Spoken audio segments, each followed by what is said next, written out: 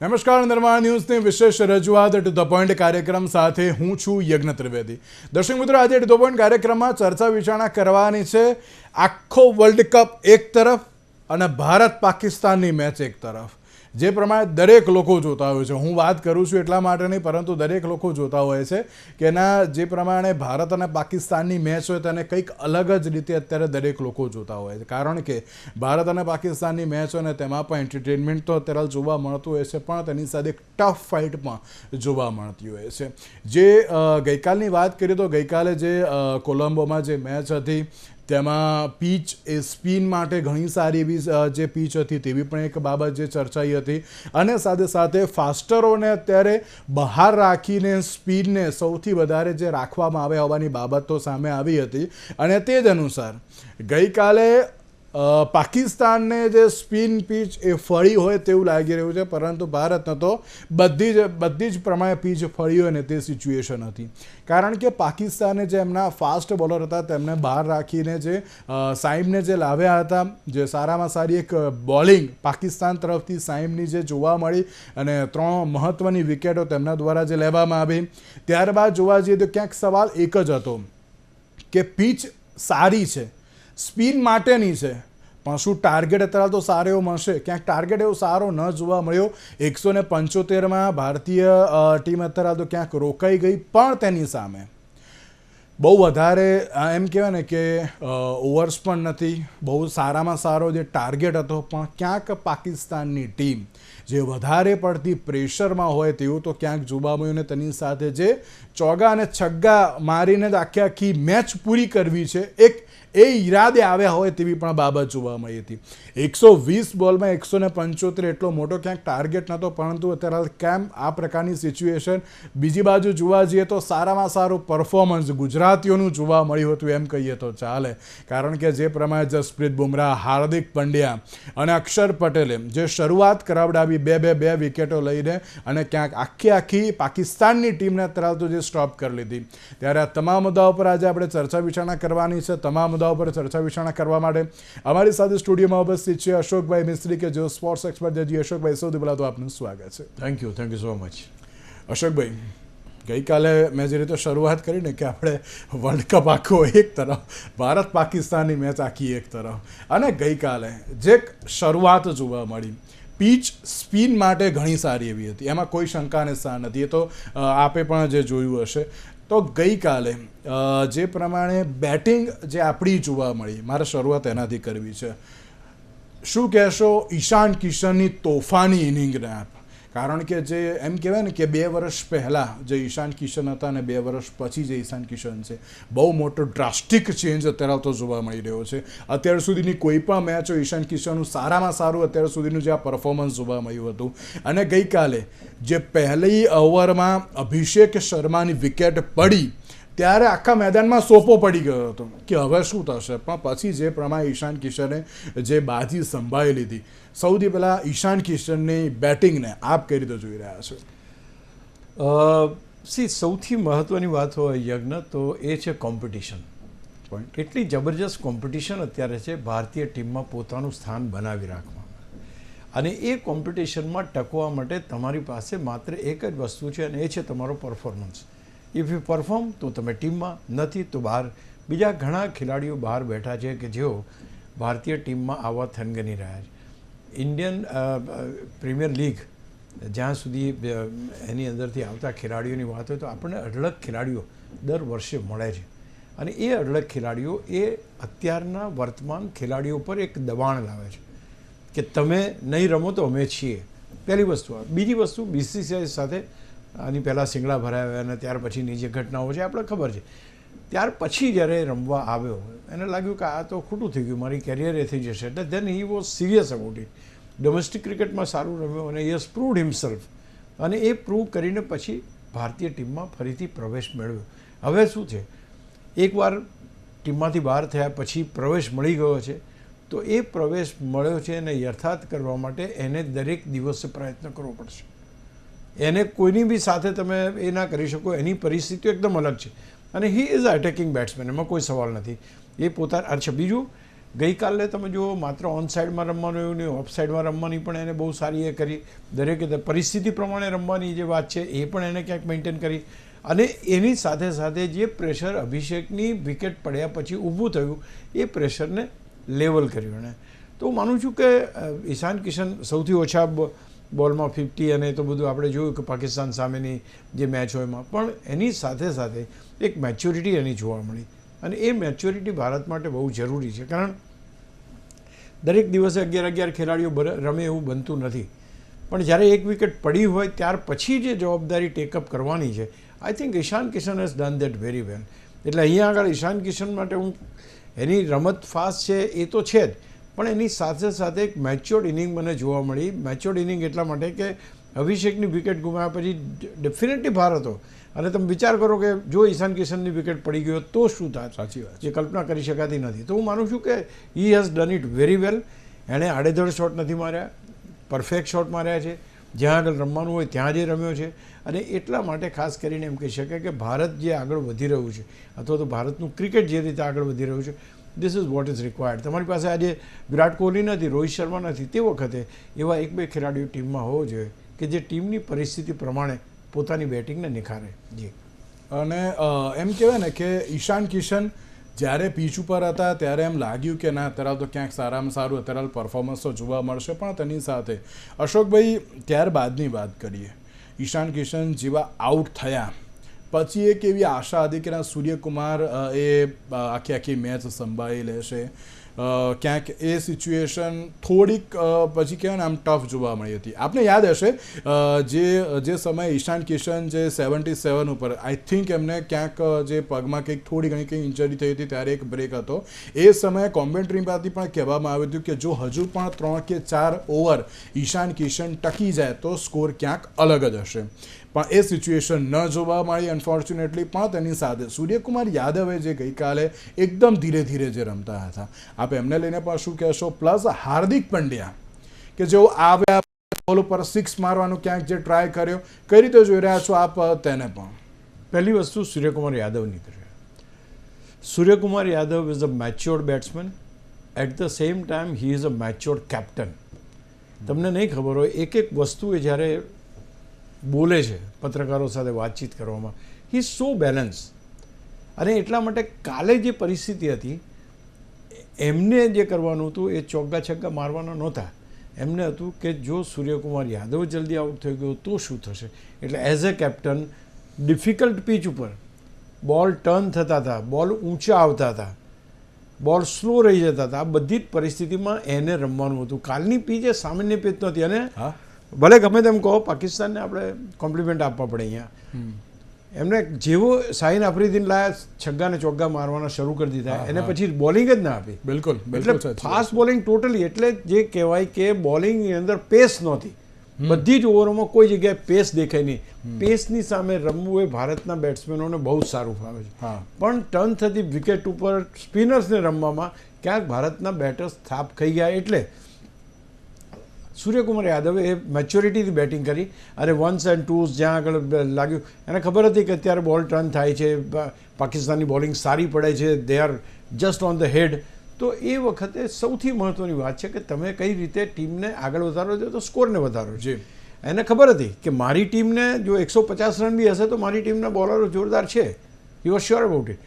એટલે એણે 175 સુધી સ્કોર પહોંચ્યો, એના માટેના પ્રયત્નો એણે કર્યા. અને એ જો ધારો કે કોઈ પણ બેટ્સમેન આ બે રમે, ધારો કે ઈશાન કિશન જલ્દી આઉટ થયો તો કે પછી તમારી પાસે સૂર્યકુમાર જલ્દી આઉટ થયો તો શું, તો હું માનું છું કે આ એક પરિસ્થિતિમાં એણે જે કેપ્ટન ઇનિંગ રમી જોઈએ એ કેપ્ટન ઇનિંગ ગઈકાલે રમી. અને અશોકભાઈ એક વસ્તુ આમાં હું એ પણ આપણે પૂછવા માંગીશ કે આપને યાદ હશે કે અભિષેક શર્મા ગયા પછી આખી ઇનિંગ ઈશાન કિશને સંભાળી લીધી.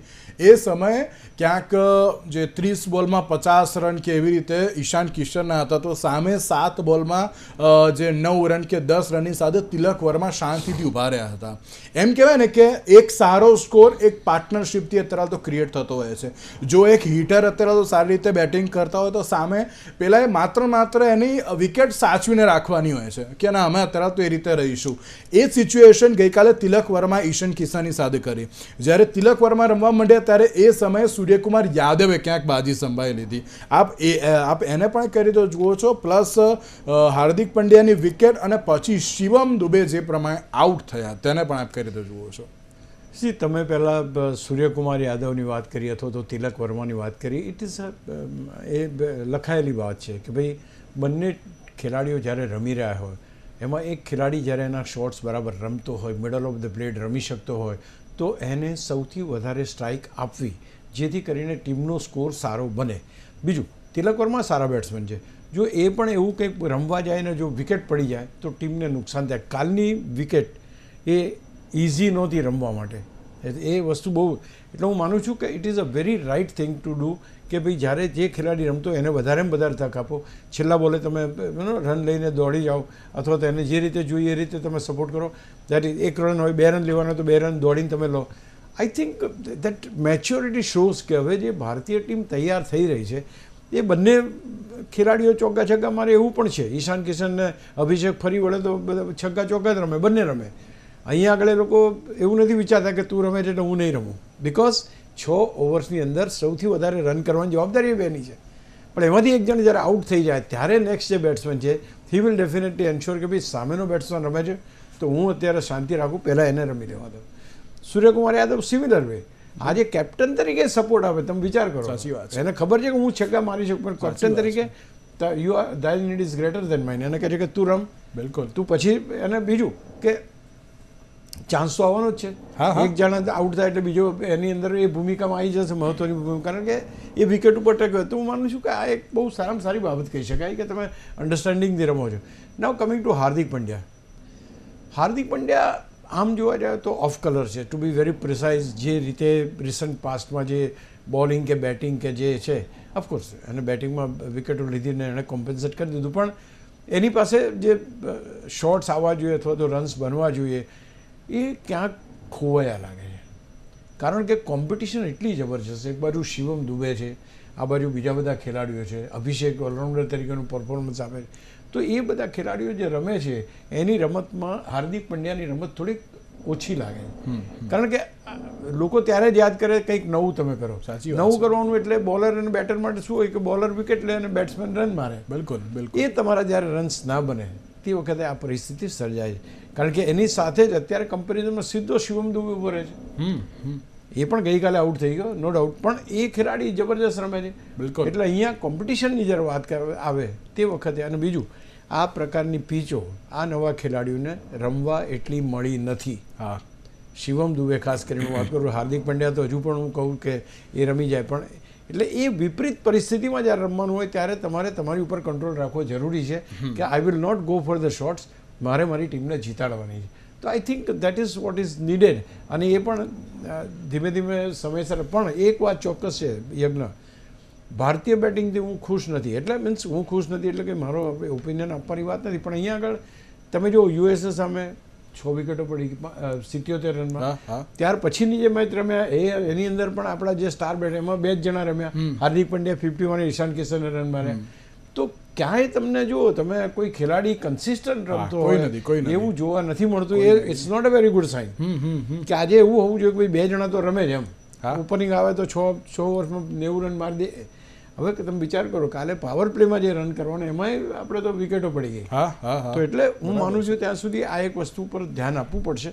બટ યસ, એકચ્યુઅલી જોવા જાવ તો 5મો અને 6ઠ્ઠા ક્રમનો જે બેટર હોય, 6ઠ્ઠા 7મા ક્રમનો, એ બેટરનું કામ જ એ હોય છે કે એને શોટ્સ મારવા પડે. બિલકુલ બિલકુલ. એ 5 બોલ રમે તો 5 બોલની અંદર પણ લોકો એની પાસેથી 25 રનની અપેક્ષા રાખે છે. એટલે એ લોકોની વિકેટ જવી એ સાહજિક છે, મારું એવું માનવું છે.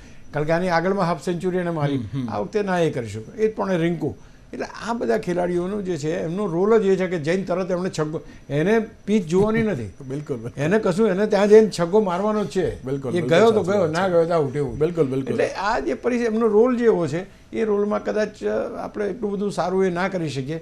અને બીજું એક વસ્તુ એ પણ છે કે સારી શરૂઆત થઈ હોય તો બાકી પછી શોટ્સ પણ બરાબર આવે. એટલે પ્રેશર ગેમ છે. પ્રેશર ગેમમાં તમે તમારી જાત ઉપર કંટ્રોલ, અને દરેકને એવું છે કે ભાઈ પ્રેશર બની ગયું છે તો 2 છગ્ગા મારી દો એટલે પ્રેશર બધું એ બિલકુલ, બિલકુલ. Attack is the best defence. એટલે હાર્દિક પંડ્યાની વાત કરો એનો સ્વભાવ આપણે જાણીએ છીએ, કે શિવમ દુબેની વાત કરો, I think they like attack.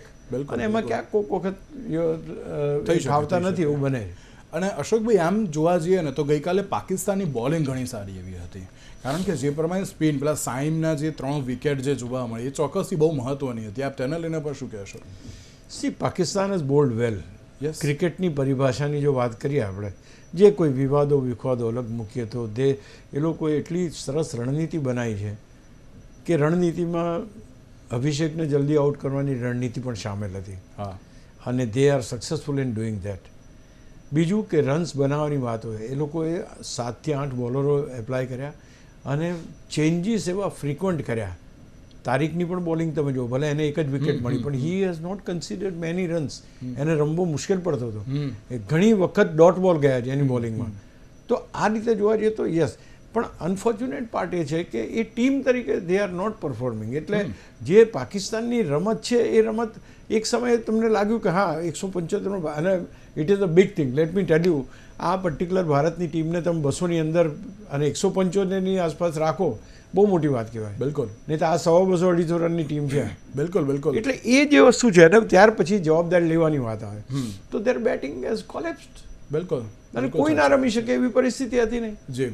અને પહેલામાં તો તમે પાકિસ્તાનને તો બધી વિકેટો સ્પિનરને મળી. હા, બિલકુલ, બિલકુલ. આપણામાં તો ફાસ્ટર વિકેટો થઈ બિલકુલ. ગઈ.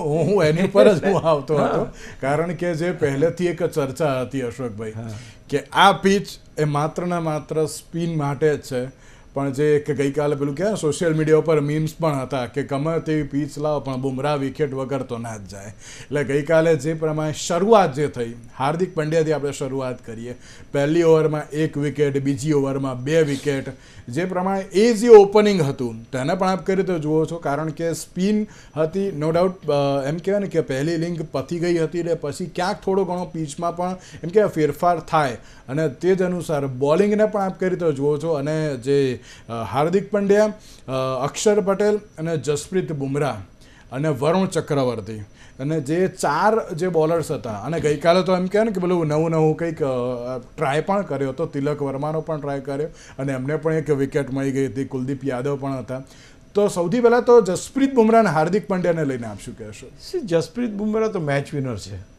એના યોર્કર કેવા પડે કાલ જોયું, સીધો પથરાની એમ બોલ આવે છે ધડામ કરીને. તો આઈ થિંક એની તો Jasprit Bumrah is a wicket taking bowler. એ તમારા માટે ટ્રમ્પ કાર્ડ જ છે, ટ્રમ્પ કાર્ડ કાયમ માટે રહેવાનું છે. હાર્દિક પંડ્યા અંદર ધરેણ, કારણ કે તમારી પાસે બીજો કોઈ ફાસ્ટ બોલર હતો નહીં, એટલે તમે હાર્દિક પંડ્યાને ઓપનિંગ બોલિંગ આપી. This is very good sign. તમે આજે કોઈને કહો છો કે તું બુમરાહની ઉપર આગળ બોલિંગ કર, I think it gives that confidence to the bowler.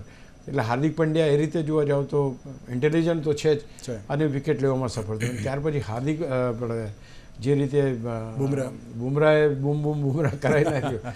અને બીજું કે પાકિસ્તાન હોય કે ભારત હોય, દરેકના પ્રેક્ષકો ત્યાં હતા, બધાને બુમરાહ ગમે છે. બિલકુલ. એક બહુ મહત્વની વાત છે. અને અત્યારે હમણાં પેલું પાકિસ્તાનની જે અમુક મીમ્સ ને બધું ચાલે છે, એમાં જો ત્યાંના એની ઉપર ચર્ચા એ થાય કે આપણે ક્યાં જીતવા માટે ગયા હતા. હા, બિલકુલ. આપણા બેટ્સમેનો ક્યાં રમવા માટે જાય છે. તો ક્યાંક બેટિંગ કોલેપ્સ એક બહુ મહત્વનું, પણ જે રીતે બોલિંગ કરી, બોલિંગ ત્યાર પછી અક્ષર હવે શું થયું કે એકવાર સ્પીડ રમાડો છો તમે, બીજી બાજુ એકદમ સ્લો બોલર લાગી, એટલે એમને રમવાનું. અને સૌથી મહત્વની વાત કે તમે હમણાં શરૂઆતમાં કીધું કે ભાઈ એમને તો છગ્ગા ચોગ્ગા જ મારવા હતા બસ. કોઈને સ્ટેડી રમવું જ નહોતું. હવે 20 ઓવરની મેચમાં 175 રન કરવાના, it is not a very big task. 250 હોય તો આપણે કંઈક એ કરીએ, આ થઈ શકે એવા હતા. અને Pakistan could win this match. Even આપણો બોલિંગ એટેક સારો હતો છતાં પણ. પણ કોઈ પણ બેટ્સમેનની, કોઈ તમે જો બાબર આઝમની વાત કરો કે તમે કોઈ પણ બેટ્સમેન, કોઈ ઉભા રહીને મારે સિંગલ લેવા છે કે ડબલ્સ લેવા છે કે હું ટીમનું એવું નહીં, બધા આવીને તરત વાત એમ ચાલે કે મેં બુમરાહને સિક્સર મારી. હા, એ લોકો એને હેડલાઇન ગણાય. બિલકુલ. પણ તમે મેચ હારી ગયા એની વાત કરો. એને કરતા શાહીન શાહ આફ્રિદી ઘણું સારું, એ તો હંમેશા એનું એ ધીરે ધીરે રમ્યા પણ ઘણું સારું રમ્યા. પણ પહેલા જે કે પેલું કહેવાય ને કે ઓપનિંગ એ આખું કોલેપ્સ થઈ ગયું. કશું સાહિબજાદા છે, સહીમ છે, સલમાન આગા છે ને બાબર છે, આ 4 તો પાવર પ્લેમાં પતી ગયા. બિલકુલ. હવે પાવર પ્લેમાં તમારે 4 મહત્વના બેટ્સમેન એ થઈ જાય, શું કરો તમે? બિલકુલ. તો માનું છું કે પ્લાનિંગ જે હતું એમનું બહુ સરસ હતું એકોર્ડિંગ ટુ મી, બોલિંગ ડિપાર્ટમેન્ટનું. બટ બેટિંગ ડિપાર્ટમેન્ટનું પ્લાનિંગ બહુ જ કોલેપ્સ થયું પાકિસ્તાન એ તો કહેવાય, પણ બેજવાબદાર બેટિંગ મારી દ્રષ્ટિએ કહેવાય. હું એમ નથી કહેતો કે જસપ્રીત બુમરાહને વિકેટ ના મળે, ઇઝ ડેન્જરસ બોલર, પણ તમે જે શોટથી આઉટ થાવ છો, જે રીતે રમવા જાઓ છો કે તમે દરેક આવે એટલે પહેલે બોલે 6 મારીએ તો જ તો T20 એવું નથી. તમે T20 એના સિવાય પણ રમી શકો છો. I think that has been shown by Ishan Kishan. એણે ચોગ્ગાય માર્યા, છગ્ગાય માર્યા, ચોગ્ગા વધારે માર્યા, છગ્ગા નોર્મલ કેસમાં છગ્ગા વધારે મારે છે. કાલે પરિસ્થિતિ પ્રમાણે, તો પરિસ્થિતિ પ્રમાણે તમારે રમવું પડે. અને આ તો હજુ ઇનિશિયલ સ્ટેજની મેચો છે. આ ભારત અને પાકિસ્તાન તો બે એવી ટીમો છે કે જે ટોચની બે ટીમો આવશે જ એવું લાગે છે.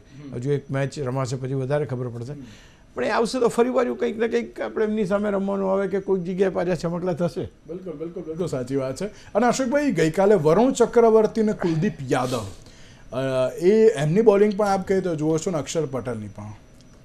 તમે અક્ષરની આપણે હમણાં વાત કરી કે શરૂઆતના 3 જણાએ તો બહુ જબરજસ્ત બોલિંગ કરી.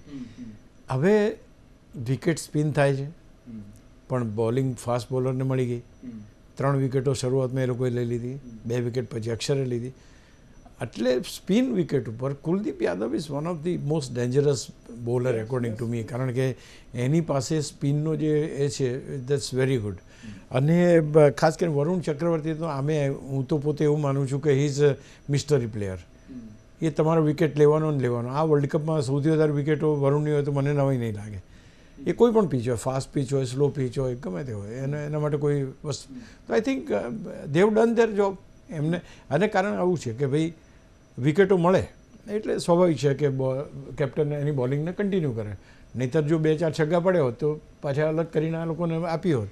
તો હું માનું છું કે they have done their job very well. અને સ્પિન ડિપાર્ટમેન્ટે કર્યું, પણ સૌથી મોટું કામ જે ગાબડા પાડવાનું હતું, એ ગાબડા પાડવાનું ગાબડા ગુજરાતીઓએ પાડે એમ કહેવાય. બિલકુલ બિલકુલ સાચી વાત છે. અને ઘણા ન્યૂઝપેપરની હેડલાઇન પણ છે કે ના, પાકિસ્તાન ઉપર ગુજરાતીઓ અત્યારે હાલ જે બહાર પડ્યા છે તે સિચ્યુએશન.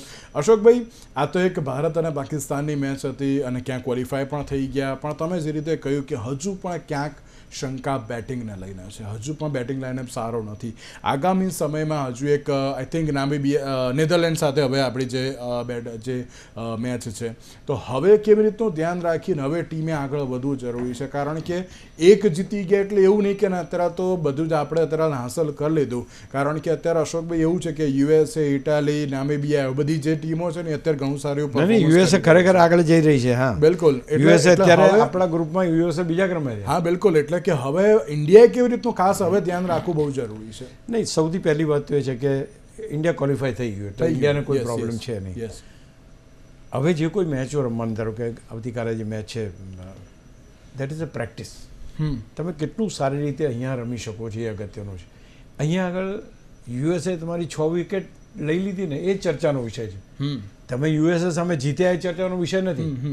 તો અહીંયા આગળ કાલની મેચમાં નેધરલેન્ડ સામે તમે કેટલી બેટિંગ સારી કરો છો કે ઓપનિંગ બેટ્સમેનના જે 2 ખેલાડીઓ, એ જ ખેલાડીઓ રમી જાય છે આખી ઇનિંગ સુધી, 20 ઓવર રમે છે કે નહીં એની ઉપર ધ્યાન રહેશે. તો અહીંયા પરફોર્મ કરવાની વાત છે. અને એ પરફોર્મન્સ કરવાનું ક્યાંક ત્યાં આગળ આપણે, આ તો ઠીક છે અત્યારે તો ક્યાં રમવાનું વી ડોન્ટ નો. પાકિસ્તાન ને ભારતની મેચ આવી તો શું થશે એ પણ આપણને ખબર નથી. અને આ જે રીતે રેવન્યુ જનરેશન કાલે તમે જોયું હોય તો 2 ઓવરની વચ્ચે પણ એટલી બધી એડ આવતી હતી કે ના પૂછો વાત. બિલકુલ. તો બહુ મોટું રેવન્યુ જનરેશનનું આ સ્તોત્ર છે. એટલે ફરી આ મુકાબલો જોવા મળી શકે છે આપણને. પણ હું તમને કીધું એ પ્રમાણે કે ભાઈ પ્રેક્ટિસ મેચ છે, પ્રેક્ટિસ મેચમાં સારામાં સારું કરો, કોઈ ઇન્જરી ના થાય એનું ધ્યાન રાખો. અને ખાસ કરીને એક એવું આત્મવિશ્વાસ તમે મેળવી લો કે અમે કોઈ પણ ટીમ સામે રમવા માટે સક્ષમ છીએ. આઈ થિંક દેટ ઇઝ. અને પછી તો નોકઆઉટ સ્ટેજ છે સાહેબ. નોકઆઉટ સ્ટેજમાં તો બેગ લઈને ઘેર જવાનું છે. સાચી. એટલે એ વખતે અત્યારે લીગ મેચ છે કે જેમાં તમે ઓપ્શન લઈ શકો છો કે આ એક નહીં હોય તો ચલો નેક્સ્ટ જીતી લઈશું. પણ ત્યાર પછીની જે પરિસ્થિતિ છે એમાં નોકઆઉટ સ્ટેજ. એટલે હું માનું છું કે we have to be careful. World cup જીતી શકાય એવું છે, કોઈ એમાં બેમત નથી. ઓસ્ટ્રેલિયા પાછળ છે, ઇંગ્લેન્ડ પાછળ છે, બાકીની બધી ટીમો તિતર બિતર થઈ ગઈ છે. પાકિસ્તાનનું કોઈ નથી, ન્યૂઝીલેન્ડ, સાઉથ આફ્રિકા, એ બધી ટીમો. પણ તે છતાંય ભારત પાસે એ શક્યતા છે કે જીતી શકે. તો હવે ક્યાંક ભૂલથી આપણે આમ તેમ થાય એવું નથી જોતું. બિલકુલ બિલકુલ. કંઈ કોઈ સારો બોલરોને વિકેટ લઈ જાય, ઓકે, ઇટ ઇઝ પોસિબલ. પણ આડેધડ શોટ મારવા જાઓ તમે, દરેક બોલે સિક્સર મારવા જાઓ ને આઉટ થઈ જાઓ, એ કદાચ મજા ના આવે. બિલકુલ બિલકુલ સાચી વાત છે. તો હવે જોવાનું એ રહ્યું કે હવે આગામી સમયમાં હવે ભારતનું પરફોર્મન્સ કેવી રીતે રહેશે. અશોકભાઈ, આપનો આભાર અમારી સાથે આ ચર્ચા વિચારણામાં જોડાવા માટે. તો દર્શક મિત્રો, જે પ્રમાણે વર્લ્ડ કપ T20ને લઈને ચર્ચા તો કરી રહ્યા છીએ, હવે જોવાનું એ રહ્યું કે આગામી સમયમાં હવે કઈ ટીમ ઉપર નીચે થશે, કારણ કે આપણે તો ક્વોલિફાય થઈ જ ગયા છીએ, પણ તેની સાથે અન્ય કઈ ટીમ આગળ આવે છે. તેની સાથે આજના વિશેષ કાર્યક્રમમાં મને આપશે રજા. નમસ્કાર.